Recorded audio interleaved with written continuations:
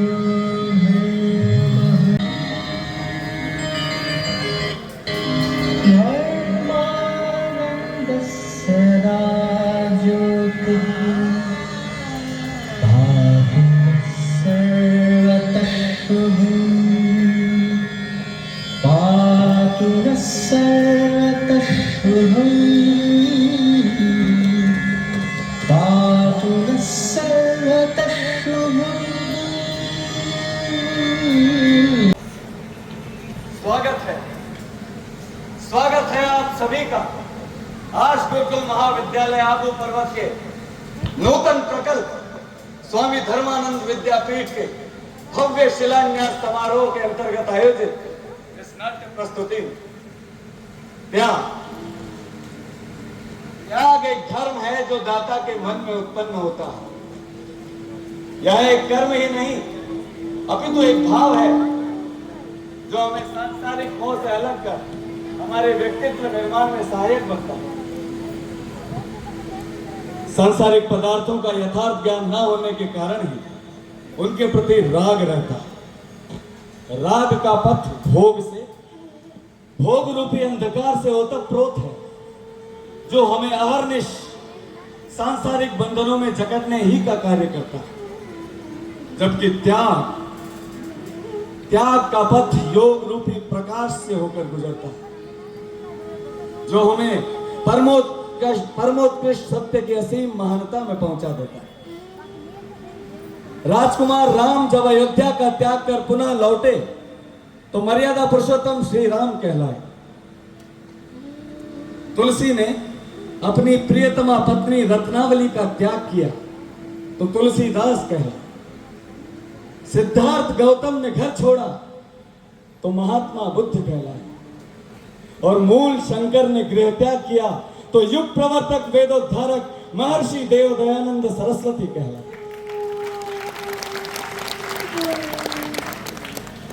जहां पूर्ण त्याग है वहीं सर्वोत्कृष्ट शुद्धि है, वहीं सत्य असत का ज्ञान होता है और ज्ञान होने पर ही सत्य की महिमा का भान होता है और तभी उस सार्वभौम सत्ता का ध्यान होता है।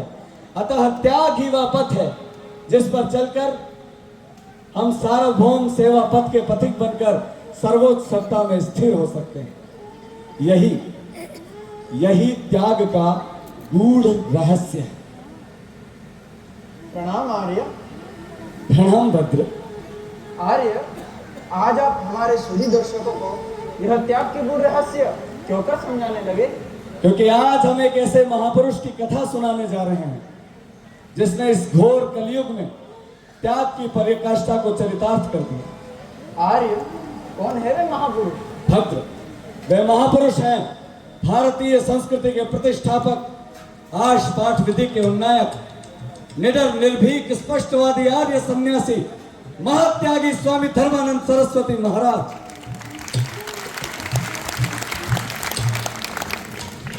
ऐसे आदर्श महात्यागी की कथा सुनने हेतु मैं और हमारे सुधी दर्शक दोनों ही उत्कंठित है आर्य। अवश्य भद्र, अवश्य। दर्शकगण, वीर भूमि हरियाणा प्रदेश के हिसार जनपद के अंतर्गत खाबड़ा कला ग्राम में गांव के प्रतिष्ठित व धर्मात्मा पुरुष चौधरी जियाराम जी बैंदा और माता चावली देवी के यहाँ हमारे कथानायक ने जन्म लिया। घर वालों ने बड़े ही प्रेम से उनका नाम रखा पृथ्वी सिंह। पृथ्वी सिंह। हाँ भद्र, पृथ्वी सिंह बाल्यकाल से ही बड़े कुशाग्र बुद्धि व तेजस्वी बालक थे। पृथ्वी सिंह के चाचा जी श्रीमान रूप राम जी बड़े आप्त पुरुष व दृढ़ आर्य समाजी थे।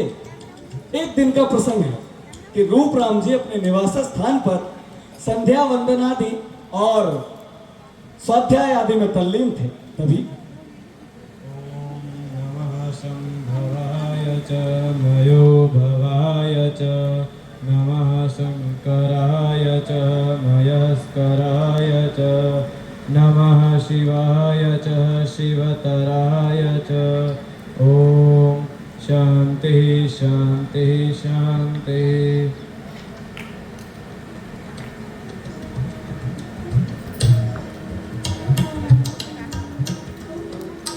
चाचा जी प्रणाम। आओ पृथ्वी बैठो। चाचा जी मैं तने रोज देखो हूँ थे तो घणी ही पढ़ाई करो हो, मारते भी घणी। इसमें स्वाध्याय को पढ़ाई को क्या करे, इसमें स्वाध्याय क्या करे। स्वाध्याय चाचा जी स्वाध्याय के होवे? स्वाध्याय खुद की उन्नति खातिर, खुद के कल्याण खातिर आर्ष ग्रंथों को अध्ययन पठन पाठन स्वाध्याय कराया करे। चाचा जी आर्ष ग्रंथ कौन कौन सा है? मेरे साथ बोलिए। 4 वेद, 4 वेद, 4 उपवेद, 4 उपवेद, 6 वेदांग, 6 वेदांग, 6 दर्शन, 6 दर्शन, 11 उपनिषद, 11 उपनिषद। इन्हें आर्ष ग्रंथ क्या करें।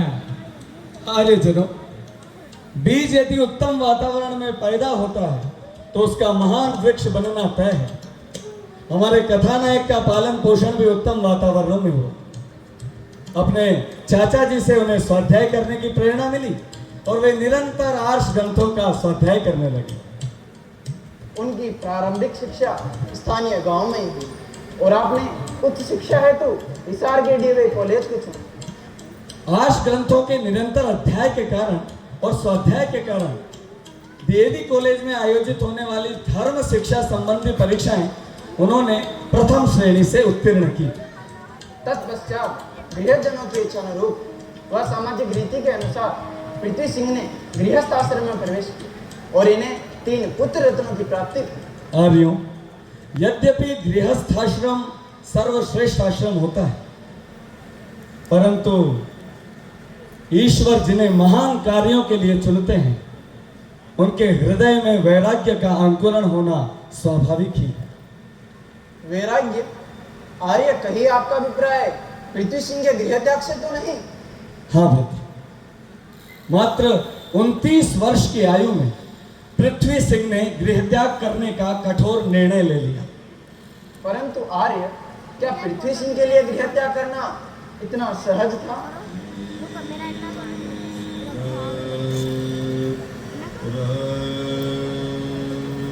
जीवन में सहजता से कुछ भी प्राप्त नहीं होता भक्त, कुछ भी नहीं।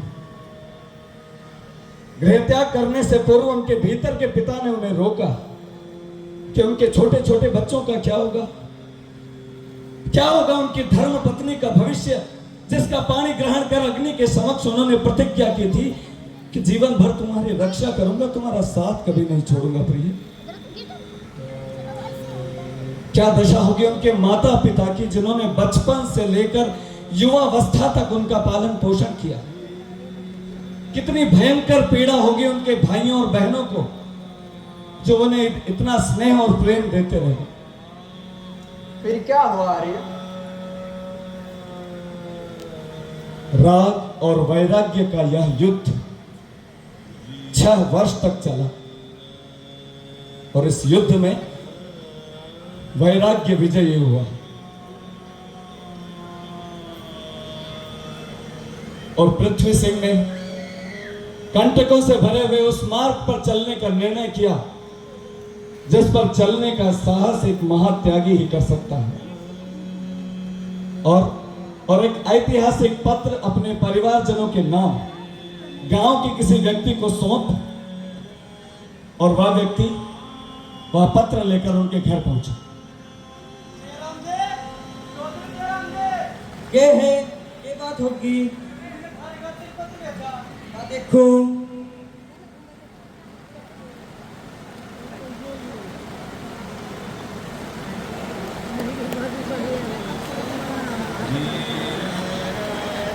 हे सर्वशक्तिमान परम पिता परमेश्वर, सर्व जगत आधार तुम ही हो, तुम ही सृष्टि के रचयिता पालनहार हो। हे जननी जन्मभूमि, मैं नतमस्तक होकर तुम्हें नमस्कार करता हूँ।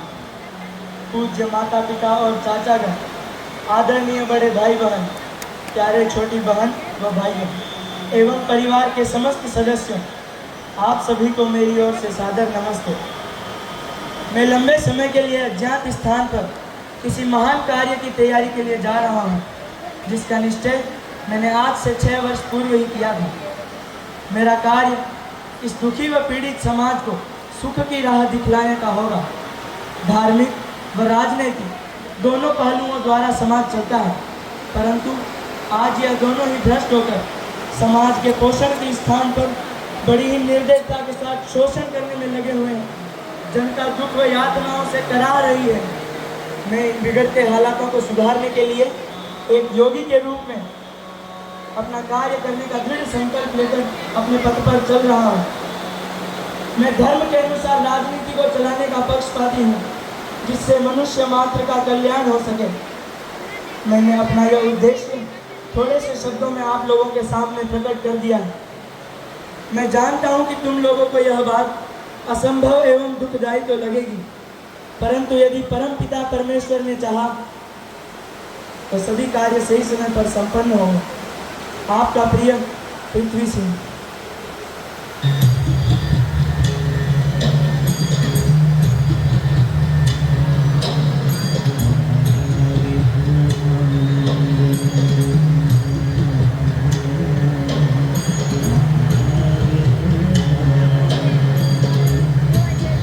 और मात्र 35 वर्ष की उम्र में 22 सितंबर सन 1972 को सायं 7 बजे पृथ्वी सिंह ने अपना घर, परिवार, नाते, रिश्तेदार, सगे संबंधियों सबका त्याग कर दिया और उस पथ पर चल पड़ा जो समर्पण व सेवा भाव का पथ है, ध्येय प्राप्ति का पथ है।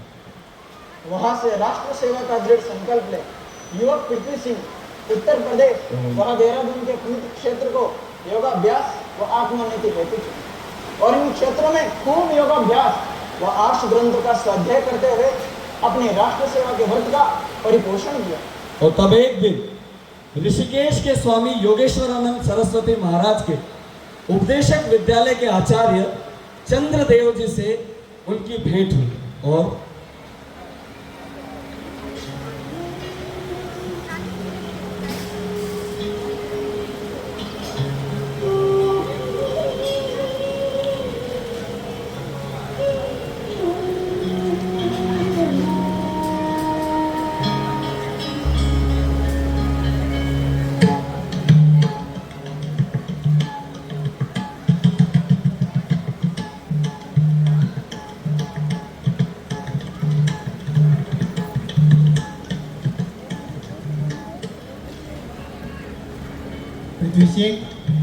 आध्यात्मिक पथ पर प्रगति के लिए ब्रह्मचर्य एक महान और सबसे शुद्ध साधन है। ब्रह्मचर्य का पालन करने वाला मन, बुद्धि और वाणी की शक्ति का उचित तरीके से उपयोग कर सकता है, अर्थात वह व्यक्ति किसी भी कार्य को पूरा कर सकता है। तुम्हारे धर्म परायणता और देशभक्ति के संकल्प से अति प्रसन्न हूँ वत्स, और तुम्हें नैष्ठिक ब्रह्मचर्य की दीक्षा प्रदान करता हूँ।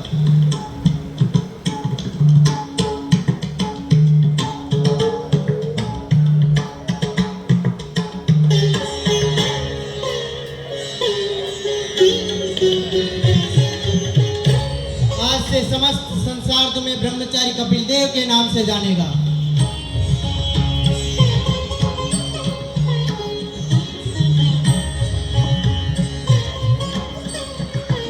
प्रकार उत्तर प्रदेश के मुजफ्फरनगर जनपद के शुक्रताल नामक स्थान पर आचार्य चंद्रदेव जी ने पृथ्वी सिंह को नैष्ठिक ब्रह्मचर्य की दीक्षा प्रदान की।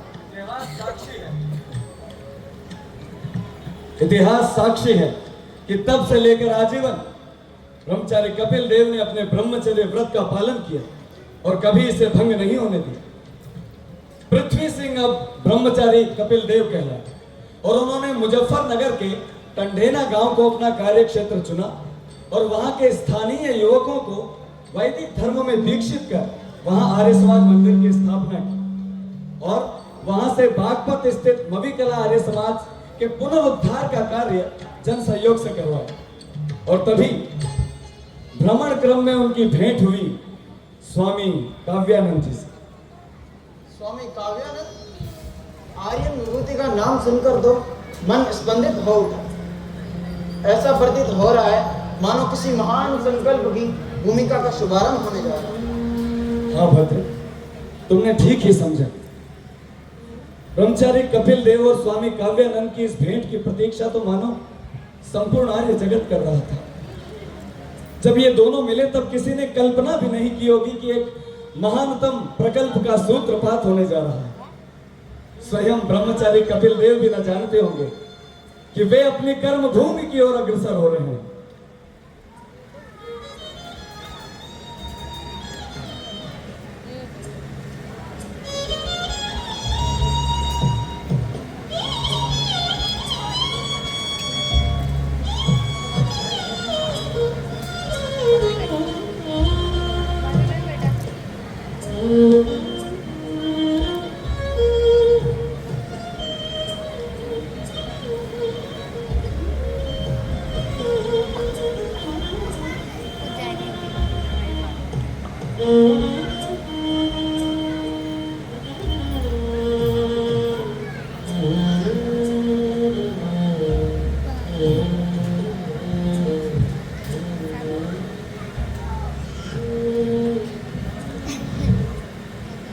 नमस्ते ब्रह्मचारी, कहो किस आकांक्षा से आना हुआ?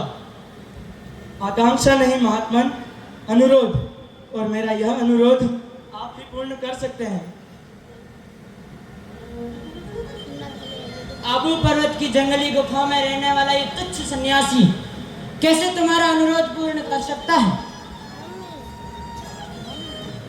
स्वामी जी, महर्षि दयानंद की जीवनी से मुझे ज्ञात हुआ है कि ऋषि ने कई वर्षों तक आबू पर्वत जैसे पवित्र तीर्थ में रहकर तप साधना की थी। मेरी भी प्रकट इच्छा है कि मैं भी आबू पर्वत में रहकर ईश्वर उपासना व योगाभ्यास आदि करते हुए अपना जीवन धन्य कर पाऊं। परंतु यह मार्ग इतना सरल नहीं है ब्रह्मचारी। गृह त्याग जितना कठिन तो नहीं महाराज। उत्तम, अति उत्तम। परमपिता परमेश्वर तुम्हारा मार्ग प्रशस्त करे ब्रह्मचारी।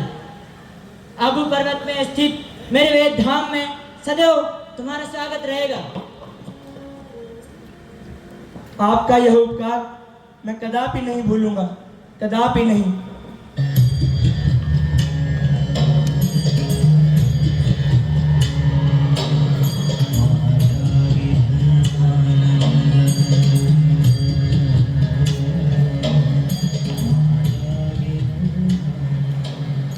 आर्य सन्यासी स्वामी काव्यानंद जी की स्वीकृति का ब्रह्मचारी कपिल देव सन 1975 के प्रारंभ में अपनी कर्मभूमि आबू पर्वत के वेदधाम नामक स्थान पर ब्रह्मचारी कपिल देव ने शीत, घाम, वर्षा आदि सभी ऋतुओं को सहन करते हुए आबू पर्वत की उन विकट पहाड़ियों में आर्य गुफा नामक स्थान बनाकर 6 वर्ष तक वहां घनघोर तपस्या की। दर्शकों, सन 1975 ही में देश में आपातकाल लागू हो गया था। उक्त कालावधि में राष्ट्रीय स्वयंसेवक संघ के स्वयंसेवक भाई प्रवीण भाई होतिया, काशीराम जी, लालजी भाई पटेल के साथ एक ऐसे युग पुरुष ने ब्रह्मचारी कपिल देव से योगाभ्यास आदि का प्रशिक्षण प्राप्त किया, जिन्हें आज आप देश के यशस्वी प्रधानमंत्री श्रीमान नरेंद्र दामोदर दास मोदी के नाम से जानते हैं।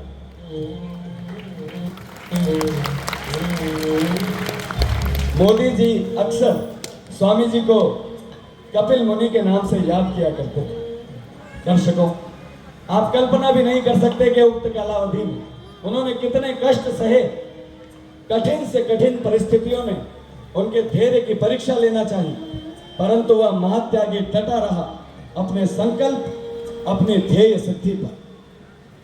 और तब ब्रह्मचारी कपिल देव के मानस में एक नवीन संकल्प ने जन्म लिया।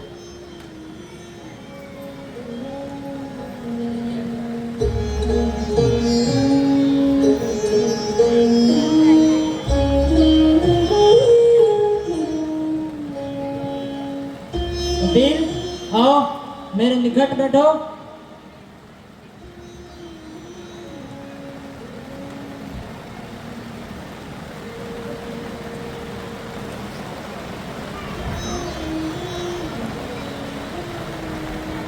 कपिल, आज बहुत बड़े चिंतित नजर आ रहे हो। कहो क्या बात है? स्वामी जी, आबू पर्वत में रहते लगभग 6 वर्ष व्यतीत हो गए हैं, परंतु बहुत दिनों से मन में एक बात आ रही है। पर यह सोचकर कि यदि कोई बात मन में आ जाए ब्रह्मचारी, तो उसे वचन में लाना अनिवार्य है, अन्यथा वह कर्म में परिणित नहीं होती। कहो क्या बात है?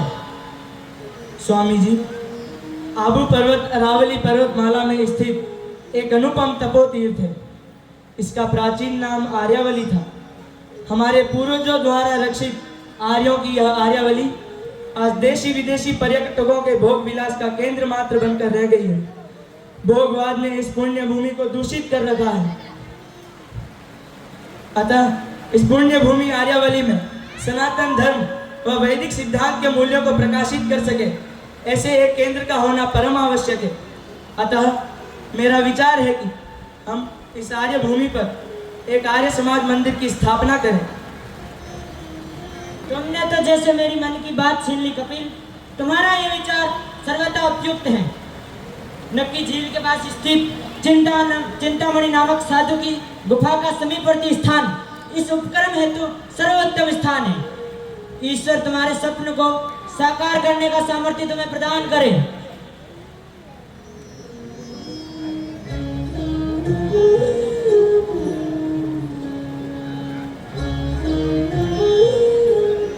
आबू पर्वत में आर्य समाज मंदिर की स्थापना का स्वप्न लेकर वह मनस्वी नक्की झील के दक्षिणी तट पर पहुंचा, परंतु क्या है? सन्मार्ग कदापि कठिनताओं से अछूता नहीं रहता भद्र।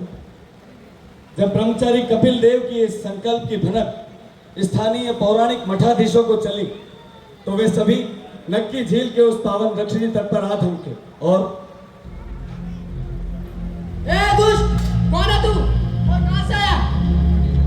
मैं, तुम और ये सभी परम पिता परमेश्वर की संतानें हैं, जो अपने गुण कर्मानुसार इस धरती पर आए हैं।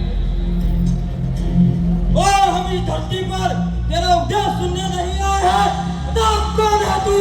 इस भूमि पर कब्जा जमाने आया है? भूमि पर कब्जा जमाने की क्या बात है?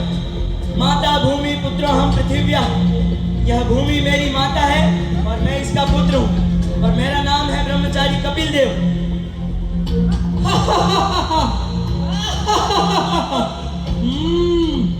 ब्रह्मचारी, पता नहीं ब्रह्मचारी के भेष में कौन सा पाखंडी है तू। और एक बात कान खोल कर सुन ले, अगर इस भूमि पर कब्जा जमाने की कोशिश की तो परिणाम बहुत घातक होंगे।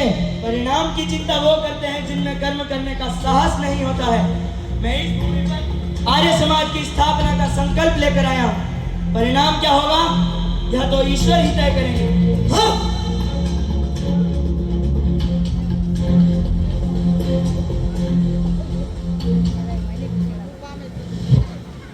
ब्रह्मचारी कपिल देव का निश्चय अटल था, परंतु यह कार्य इतना सहज नहीं था। जब डराने धमकाने से वह ब्रह्मचारी विचलित नहीं हुआ, तब उस पर अनेक विध आक्रमण करवाए गए, मारपीट की गई।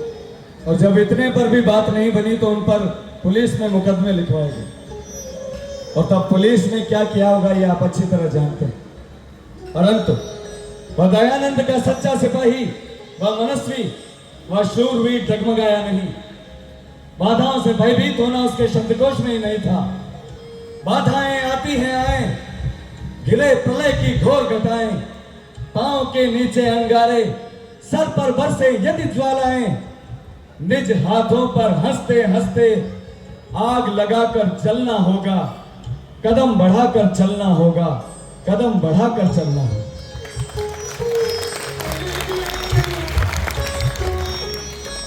इस ध्येय मंत्र को आत्मसात कर वह समस्त विरोधियों को परास्त कर उस नरशार्दूल ने कठिन परिश्रम तथा सामाजिक सहयोग से 3 जून 1980 को नक्की झील स्थित आर्य समाज आबू पर्वत आर्य समाज मंदिर का शिलान्यास कर संकल्प जल उठा।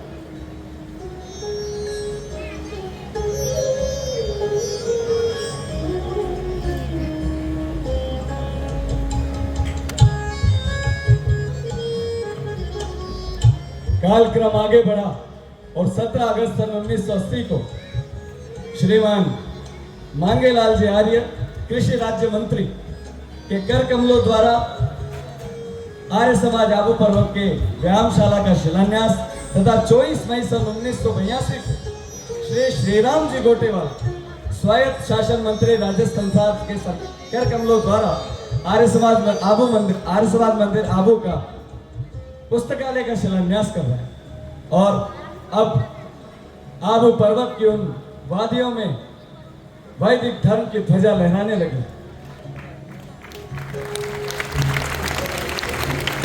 आर्य समाज आबू पर्वत में निरंतर दैनिक अग्निहोत्र यज्ञादि होने लगे और वेद के पावन मंत्रों से वातावरण झंकृत हो। गृहत्याग के बाद एक लंबा कालखंड, एक लंबा संघर्ष अपनी राष्ट्र सेवा के संकल्प की भूमिका बांधने में तो लगा, परंतु अब ब्रह्मचारी कपिल देव का अपने महान प्रकल्प की सिद्धि के और निकट आने का समय आ गया। ब्रह्मचारी कपिल देव ने अथक परिश्रम, अटल विश्वास और भगीरथ प्रयास कर सन 1980 में आर्य समाज आबू पर्वत के प्रांगण में गुजरात व राजस्थान के लगभग 300 युवकों को ले आर्यवीर दल के भव्य व ऐतिहासिक शिविर का शंखनाद किया।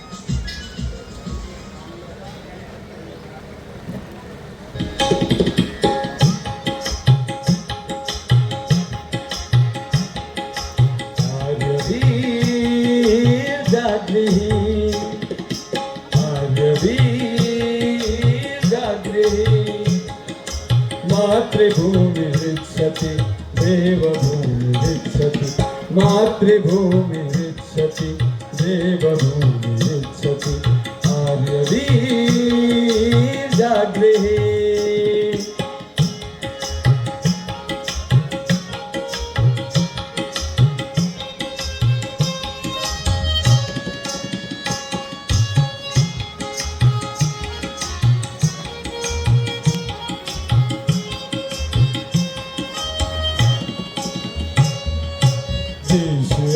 भूतले मणिरिव विराजते विश्वेश भूतले मणिरिव विराजते सर्वराष्ट्र शिक्षक समूर्धनि दिवासते सर्वराष्ट्र शिक्षक समूर्धनि विभासते तदीय रक्षणे मुदा तदीय रक्षणे मुदा देहि जीवनं सदा तदीय रक्षणे मुदा देहि जीवनं सदा आर्य वीर जागृहि आर्य वीर जागृहि आर्य वीर जागृहि आर्य वीर जागृहि आर्य वीर जागृहि आर्य वीर जागृहि मातृभूमि रक्षति देवभूमि रक्षति मातृभूमि रक्षति देवभूमि रक्षति मातृभूमि रक्षति देवभूमि रक्षति। आर्य वीर दल के इस भव्य शिविर का आयोजन आर्य समाज की विगत हस्तियों के नेतृत्व में, जिनमें गुरुकुल जज्जर के संस्थापक स्वामी ओमानंद सरस्वती महाराज, सार्वदेशिक सभा के तत्कालीन प्रधान स्वामी आनंद भट्ट, आर्य वीर दल के संचालक स्वामी देवव्रत, सत्यवीर जी, श्री बाल देवाकर हंस और इत्यादि अनेक विगत आर्य नेताओं की उपस्थिति में ये आयोजित शिविर है। शिविर समाप्ति के पश्चात ये सभी आर्य नेता एकत्रित हुए और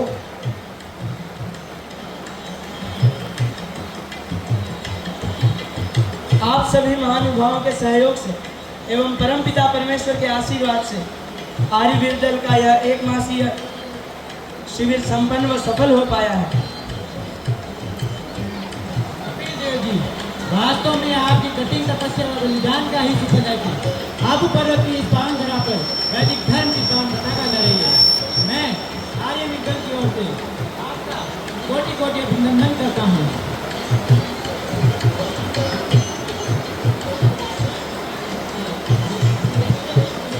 बिल्कुल सही कहा देवव्रत जी आपने। आज संपूर्ण आर्य जगत में ब्रह्मचारी कपिल देव के पुरुषार्थ व परिश्रम की धमक सुनाई दे रही है। आप सभी महानुभावों के कथन से मैं पूर्णतः सहमत हूँ। वैदिक धर्म के प्रचार प्रसार हेतु ब्रह्मचारी कपिल देव का यह पुरुषार्थ सदैव याद रखा जाएगा। परंतु क्या स्वामी जी? शिविरों के माध्यम से अस्थायी कार्य होता है। वैदिक धर्म के प्रचार गौरव की रक्षा हेतु महर्षि दयानंद सरस्वती ने गुरुकुलों के पुनर्स्थापना का जो स्वप्न देखा था, उसे स्वामी श्रद्धानंद सरस्वती महाराज ने साकार किया और उन्हीं के पद चिन्हों पर चलकर मैंने गुरुकुल जज्जर की स्थापना की।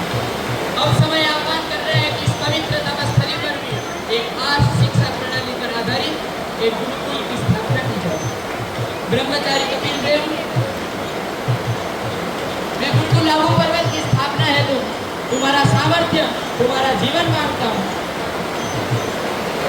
आदरणीय गुरुवर ने मुझे इस योग्य समझा, मैं धन्य हुआ। इस पवित्र भूमि को धार्मिक पाखंडियों और स्वेच्छाचारी लोगों ने आजीविका कमाने तथा अराष्ट्रीयता के प्रचार प्रसार का केंद्र बनाकर दूषित कर रखा है। जनता दुख व यातनाओं से कराह रही है। इस पुण्य भूमि आर्यावली में मैं अपना तन, मन व धन, जीवन लगाकर भी आबू पर्वत की गुरुकुल आबू पर्वत की स्थापना करूंगा। सत्य सनातन वैदिक धर्म की जय। सत्य सनातन वैदिक धर्म की जय।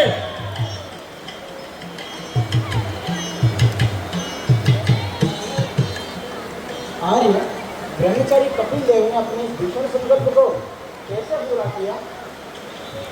अपना सर्वस्व समर्पित किए बगैर तो ऐसे भीषण संकल्प पूरे नहीं होते। अब वह महात्यागी अपने महात्याग के उस अगले चरण में पहुंचा जिसे हम संन्यास कहते हैं। संन्यास?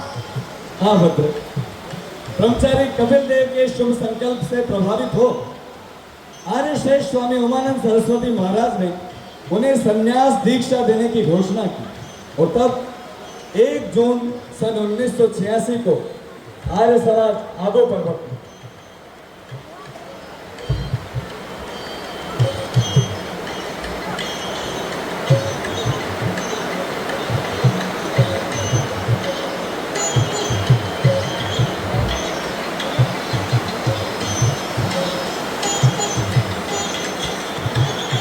अपना सर्वस्व समर्पित किए बगैर तो ऐसे भीषण संकल्प कदापि पूर्ण नहीं होते भक्त। अब उस महात्यागी ने निश्चय किया कि जिस संसार में उसका ब्रह्मचर्य आश्रम भी था, उसने गृहस्थ आश्रम में प्रवेश किया। अब सीधे ब्रह्मचर्य व्रत पुनः लेकर मुझे संन्यास की ओर लौट जाना चाहिए।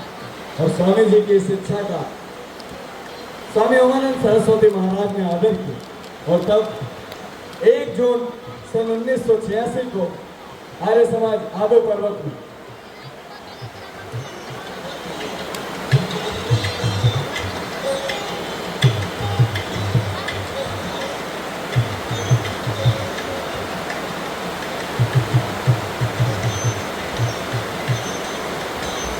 हे तपस्वी, चाहे निंदा चाहे प्रशंसा, चाहे मान चाहे अपमान, चाहे जीना चाहे मृत्यु, चाहे हानि चाहे लाभ हो, चाहे कोई प्रीति करे चाहे वैर बांधे, चाहे अन्न पान वस्त्र उत्तम स्थान मिले न मिले, सर्वदा अधर्म का खंडन और धर्म का मंडन करते रहना। आज से आप स्वामी धर्मानंद सरस्वती हुए।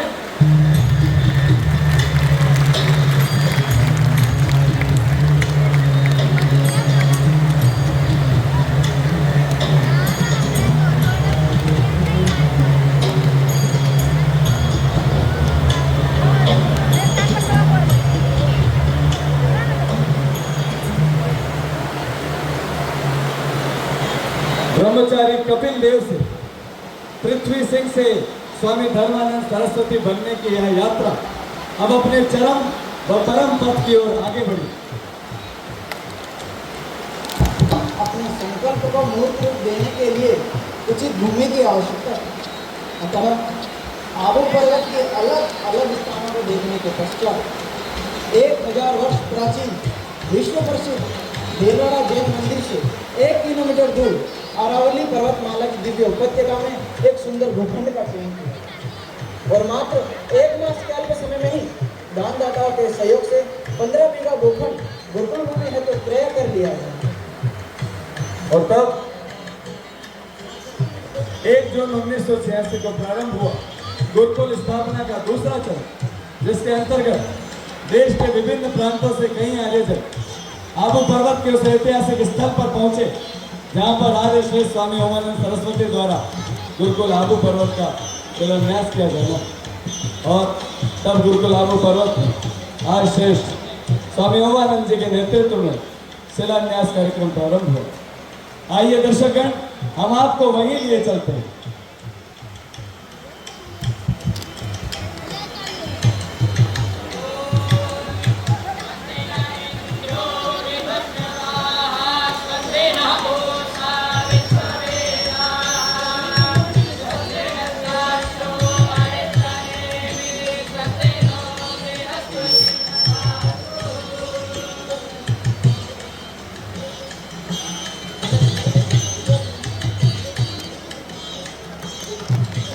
शिलान्यास को उठार कतिपय आर्यगणों ने उत्कंठित हो आश्चर्यपूर्ण दृष्टि से स्वामी धर्मानंद जी से प्रश्न किया।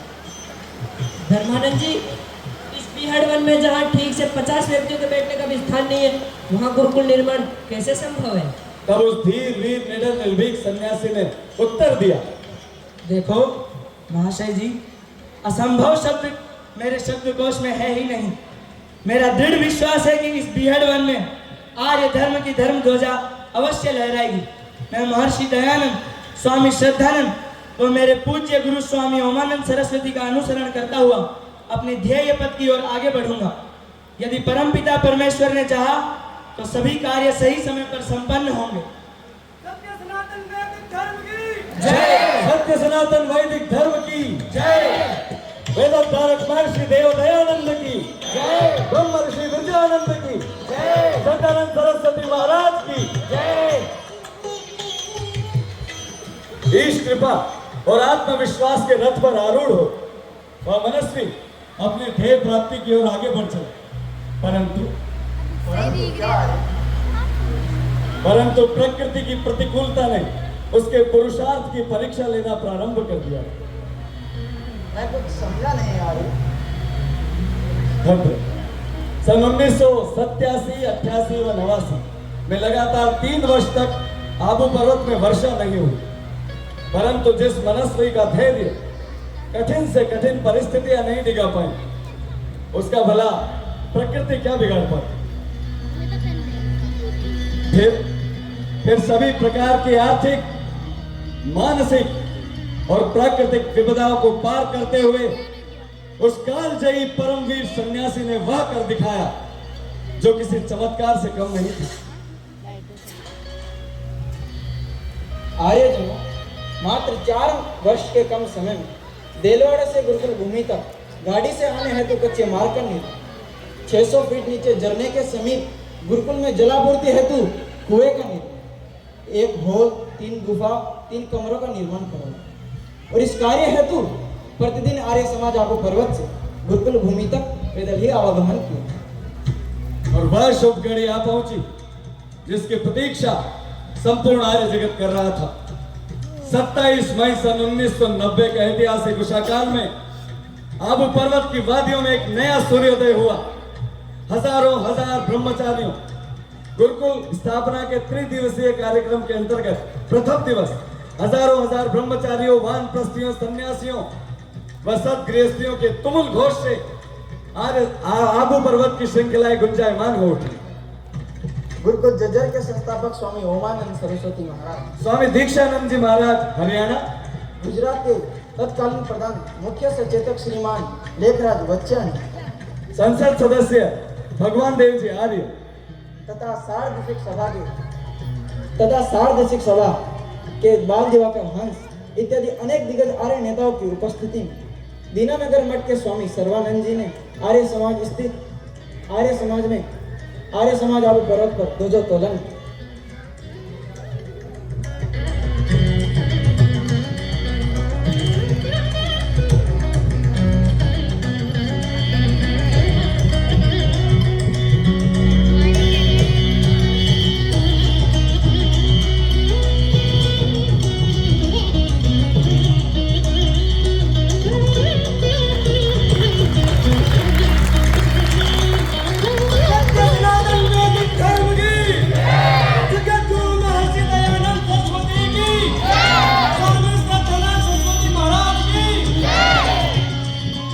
परमपिता परमेश्वर को नमन, नमन युग प्रवर्तक देव दयानंद को, नमन गुरुकुल संस्कृति के पुरोधात स्वामी श्रद्धानंद जी महाराज को, यहाँ उपस्थित आर्य सन्यासियों को मेरा नमन, देश के विभिन्न भागों से पधारे आर्य परिवारों को नमन।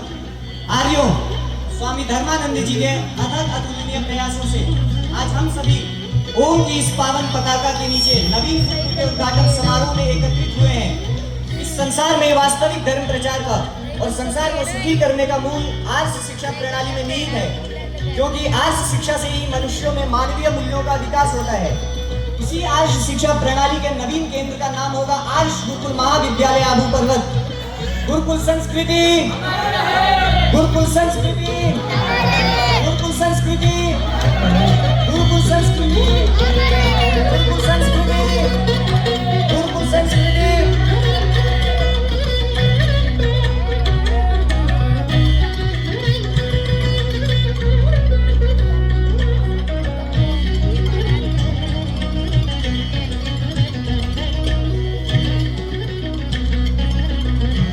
आज गुरुकुल महाविद्यालय आबू पर्वत दिनांक 29 मई 1990 के सूर्योदय के साथ लगभग 25 विद्यार्थियों का वेदारंभ व उपनयन संस्कार प्रारंभ हुआ।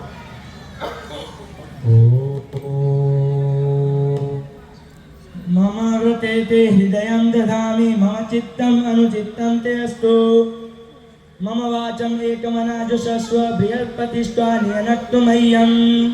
ॐ यज्ञोपवीतं परमं पवितं प्रजापतेर्यत् सहजं पुरस्तात् आयुष्यमग्र्यं प्रतिमुञ्च शुभ्रं यज्ञोपवीतं बलमस्तु तेजः। ॐ यज्ञोपवीतमसि यज्ञस्य त्वा यज्ञोपवीतेनोपनह्यामि।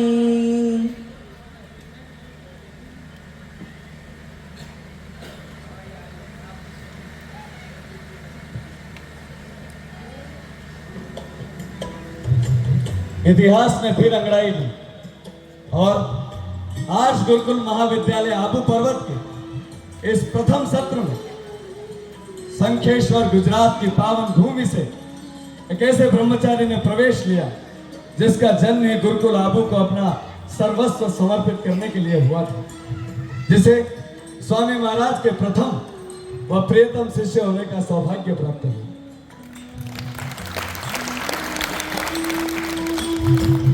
एक और गुरुकुल की उन्नति हेतु स्वामी जी महाराज का तप वह पुरुषार्थ निरंतर चल रहा था, तो दूसरी ओर वह मनस्वी ब्रह्मचारी अपने पूर्ण मनोयोग से आर्ष विद्या को आत्मसात करने हेतु अपनी धर्म यात्रा प्रारंभ कर चुका था। काल चक्र आगे बढ़ा और स्वामी धर्मानंद सरस्वती महाराज द्वारा आरोपित वह पौधा पुष्पित होने लगा था। गुरुकुल ही नहीं अपितु वह गुरुपरायण ब्रह्मचारी भी अपने गुरुवर के उस उद्देश्य के लिए अपना संपूर्ण जीवन खपा देने हेतु तत्पर था, जिसके लिए स्वामी जी महाराज ने अपना घर परिवार सब त्याग दिया। आर्य कहिए आपका संकेत। हाँ भद्र, गुरुकुल रूपी उद्यान को उसके उत्तराधिकारी देने का समय आ गया था। तब एक दिन स्वामी जी देव यज्ञ के पश्चात गुरुकुल की यशशाला में पधारे और देखो गुरुकुल के ब्रह्मचारियों, जिस प्रकार किसी उद्यान के समुचित विकास व पालन पोषण हेतु एक माली की आवश्यकता होती, ठीक उसी प्रकार आज गुरुकुल रूपी उद्यान को उसका भावी आचार्य नियुक्त करने का समय आ गया है। गुरुकुल के आचार्यों की जिस परंपरा का निर्वाह श्री भीमसेन जी, स्वामी यज्ञानंद जी, धर्मवीर जी, सत्यवीर जी व चंद्रवेश जी सरीखे समर्पित आचार्यों ने किया, ठीक उसी परंपरा को आगे बढ़ाते हुए आज मैं गुरुकुल के सबसे समर्पित, अनुशासित व कर्मठ ब्रह्मचारी को गुरुकुल का भावी आचार्य नियुक्त करने जा रहा हूँ। ब्रह्मचारी मेरे निकट आओ।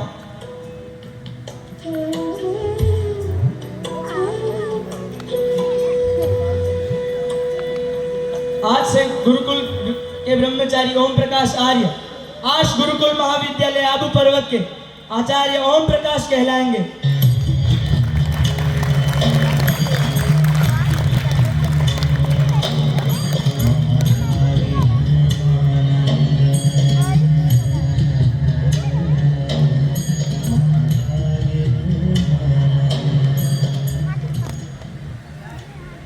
गुरुकुल आबू का समस्त कार्यभार आचार्य ओम प्रकाश जी को सौंप वह वितराग सन्यासी अपने नामानुरूप धर्म के आनंद में विचरण करते। स्वामी धर्मानंद जी महाराज के संरक्षक आचार्य ओम प्रकाश जी के आचार्य तथा गुरुकुल आबू के समादरणीय दृष्टि बंधुओं के सहयोग से गुरुकुल दिन दुगनी रात चौगुनी उन्नति करने लगा। आर्यों, कैसे वर्णन करूं ईश्वर, धर्म, सत्यार्थ, प्रकाश व योग दर्शनादि विषयक उनके तत्व चिंतन का। कैसे प्रतिपादन करूं भारतीयता, राष्ट्र सेवा, राष्ट्र चिंतन व राजनीतिक चिंतन की उनकी गहरी समझ का। कैसे आकलन करूं ब्रह्मचारियों व उनके अभिभावकों के प्रति उनके स्नेहपूर्ण व सार गर्भित मार्गदर्शन का। ऐसे अनेक सद्गुणों और ऐसे अनेक उन सद्गुणों के प्रसंगों से उस कृत धर्मा तपस्वी का जीवन भरा पड़ा है। मुझ अल्प बुद्धि में इतना सामर्थ्य ही नहीं कि मैं उस कालजयी सन्यासी का, उस धर्मेता का, उस ब्रह्मदानी के उच्चतम जीवन चरित्र का इतने अत्यल्प समय में आपके समक्ष प्रस्तुत कर सकूं। अब स्वामी धर्मानंद जी महाराज का, अब स्वामी जी के जीवन का अंतिम अध्याय प्रारंभ। दर्शकों, गुरुकुल आबू ने जैसे ही 26वें वर्ष में प्रवेश किया, तब सन 2016 में स्वामी जी महाराज पर एक अल्जाइमर्स नामक भूलने की बीमारी ने आघात किया। लगातार 5 वर्ष तक स्वामी जी महाराज इस असाध्य रोग से जूझते रहे। उक्त वर्षों में व उसके बाद भी गांधीनगर के श्री डॉक्टर संजय शाह जी ने सहपरिवार तथा आबू पर्वत के कंपाउंडर श्रीमान सतीश जी ने निस्वार्थ भाव से सेवा। और तब जनवरी 2021 में डॉक्टर द्वारा ज्ञात हुआ कि उनके आमाशय में अंतिम स्टेज का कैंसर।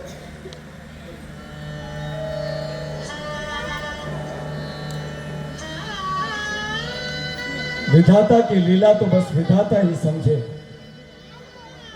जिस निष्काम सन्यासी ने स्वप्न में भी किसी का अहित नहीं किया था, न जाने काल उसके लिए इतना निष्ठुर क्यों हो चला था। जिसने विश्व कल्याण के लिए अपनी जन्मभूमि तक का त्याग कर दिया, अब उस महात्यागी का अपनी कर्म भूमि को त्यागने का समय आ गया था।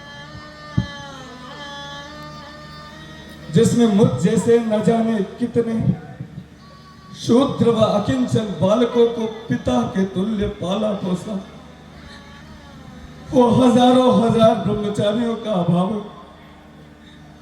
हमें आज अनाथ करने जा रहा था, अनाथ करने जा रहा था। प्रारब्ध, प्रारब्ध।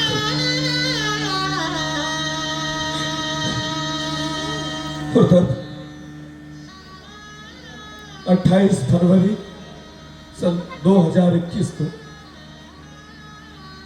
जब माघ पूर्णिमा के शीतल चंद्र ने निशीत काल के तीसरे प्रहर में प्रवेश किया, तब आचार्य ओम प्रकाश परिवारजनों व ब्रह्मचारियों की उपस्थिति में आर्ष गुरुकुल महाविद्यालय आबू पर्वत के उत्तर पूर्वी कोने में स्थित स्वामी जी के कक्ष में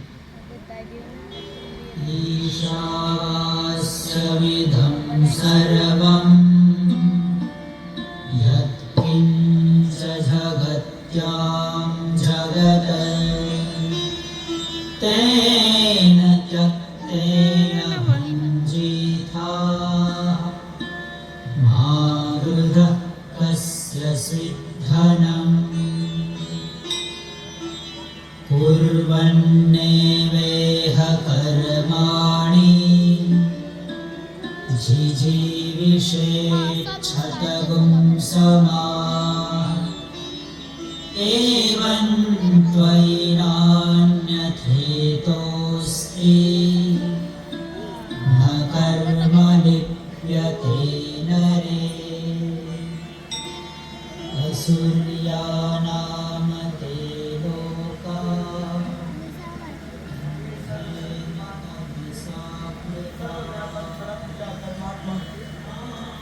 मानव मात्र के कल्याण के लिए आपके द्वारा दिए गए परम पवित्र वेद ज्ञान को जन जन तक पहुंचाने के लिए किसी ऋषि आत्मा को इस भारत भूमि पर भेजने की कृपा करें। किसी ऋषि आत्मा को इस भारत भूमि पर भेजने की कृपा करें।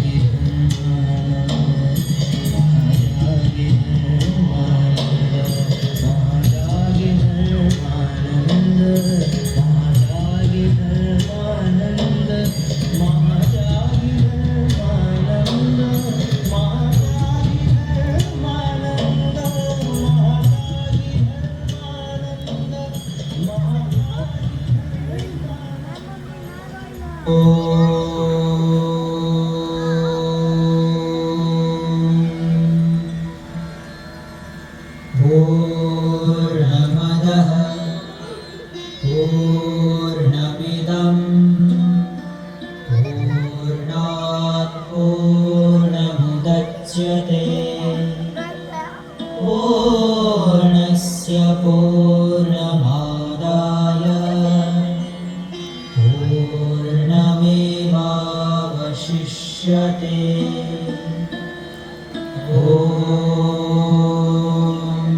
शांति शांति शांति।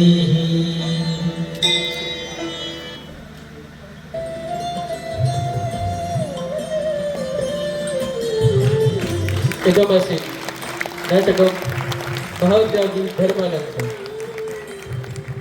सम्प्रति भवतां प्रस्तूयते पात्रपरिचयः।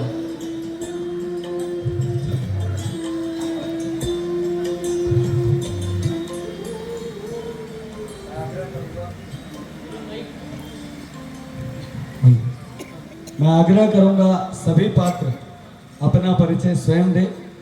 कैसे देना है वो मैं बता दे रहा हूं। मैं अर्जुन देव सूत्रधार की भूमिका में। मैं ब्रह्मचारी करण आर्य पृथ्वी सिंह की भूमिका और पौराणिक।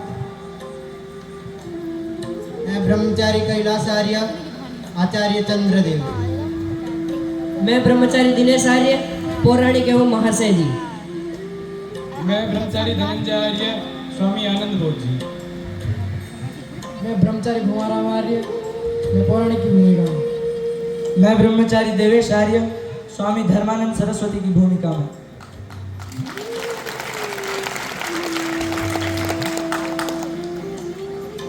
मैं ब्रह्मचारी रविंद्र आर्य पृथ्वी सिंह की भूमिका में।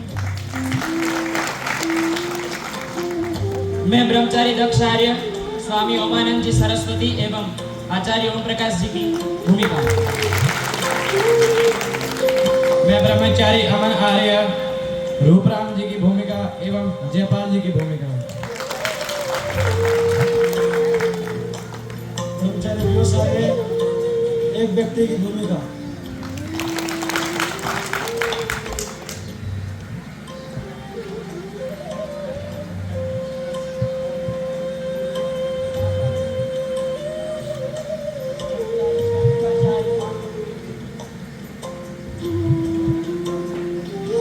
ब्रह्मचारी स्वयं प्रकाश आर्य स्वामी काव्यानंद जी का एवं भगवान दास जी का भूमिका में।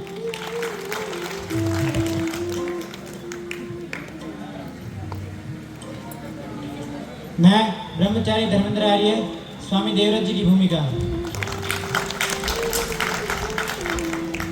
मैं ब्रह्मचारी आदर्श आर्य स्वामी सर्वानंद जी की भूमिका में। मैं ब्रह्मचारी चेतन आर्य पारिपार्श्विक की भूमिका। ये सभी वे थे जो मंच पर थे, मंच पर है जिन्होंने नेपथ्य में हमारा साथ दिया। उन सभी से आपका परिचय करवाना चाहूँगा। हमारे इस ब्रह्मचारी पीयूष आर्य। चलो, इस नाटक का संगीत निर्देशन और इस नाटक में संगीत संचालन जिन्होंने किया भारद्वाज। आप मंच पे आ जाइए। नाटक में आज सौभाग्य से मेरे नाट्य गुरु जिन्होंने मुझे मेरे बाल्यकाल का अर्थ है जब से मैंने अभिनय सीखना शुरू किया, बाल्यकाल से ही मुझे अभिनय की वर्णमाला सिखाई और आज हमारे इन ब्रह्मचारियों का रूप सज्जा की मेरे आदरणीय गुरुदेव श्रीमान दीपक भारद्वाज जी। आप युवतरंग संस्कृत नाट्य दल के राष्ट्रीय अध्यक्ष हैं। युवतरंग संस्कृत नाट्य दल की मूल शाखा जयपुर में है, परंतु नाथद्वारा और दिल्ली में इसकी 2 शाखाएं और संचालित हैं। इस नाटक में हमारा नेपथ्य में और अधिक सहयोग किया, उनके नाम भी लेना चाहूँगा। मेरे ज्येष्ठ भ्राता श्रीमान गगेंद्र सिंह जी, वो भी मंच पे आए। रामदयाल जी, इन्होंने भी बहुत सहयोग किया। और इस नाटक की जो पूरी भूमिका बनी, इस नाटक का जो आदेश मिला, इस नाटक की जो प्रेरणा मिली, इस नाटक में मेरा पूर्णतः मार्गदर्शन किया। और ये नाटक जिनके लेख पर आधारित है, ऐसे मेरे आदरणीय गुरुवर स्वामी ओमानंद सरस्वती महाराज। मैं आग्रह करूंगा स्वामी जी से, आप मंच पे आके सभी ब्रह्मचारियों और हम नाट्योपासकों को आशीर्वाद दें, अभिनंदन करें। और इस नाटक के जो अंतरिम प्रेरणा पुंज हैं वो आर्ष गुरुकुल महाविद्यालय आबू पर्वत के संस्थापक स्वामी धर्मानंद सरस्वती महाराज। रामदयाल जी से आग्रह है जो आगे लेकर के आएंगे। अर्जुन देव जी का बहुत चिंतन, मनन, लेखन, विद्यालय में, राजकीय विद्यालय में प्रधानाध्यापक है जयपुर में। प्रधानाध्यापक की कितनी भूमिका रहती है, और उसके साथ यह कार्य, यह अतिरिक्त रात्रि को 11 बजे तक भी हम दूरभाष वार्ता करते थे। देखो, नाट्य शास्त्र के 9 रस, श्रृंगार, रौद्र, विभत्स, भयानक, यह सभी रस हमने इसमें देखे। और अर्जुन देव जी को आशीर्वाद प्रदान कर रहे हैं पूज्य स्वामी ओमानंद जी सरस्वती, दीपक जी भारद्वाज। जब मैं राजसमंद में रहा प्रधानाचार्य, आपसे मिलना होता था इनके विद्यालय में, ये भी प्रधानाध्यापक है। और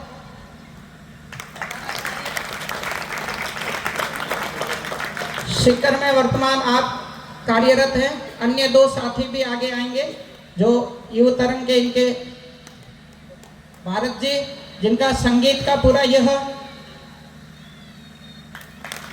भरत जी का यह पूरा सहयोग रहा। लोकेश जी जांगीर, वे भी आगे पधारेंगे। नाट्य शास्त्र में निपुण करने के लिए आपने अपना अमूल्य समय निकाला। कल इन्होंने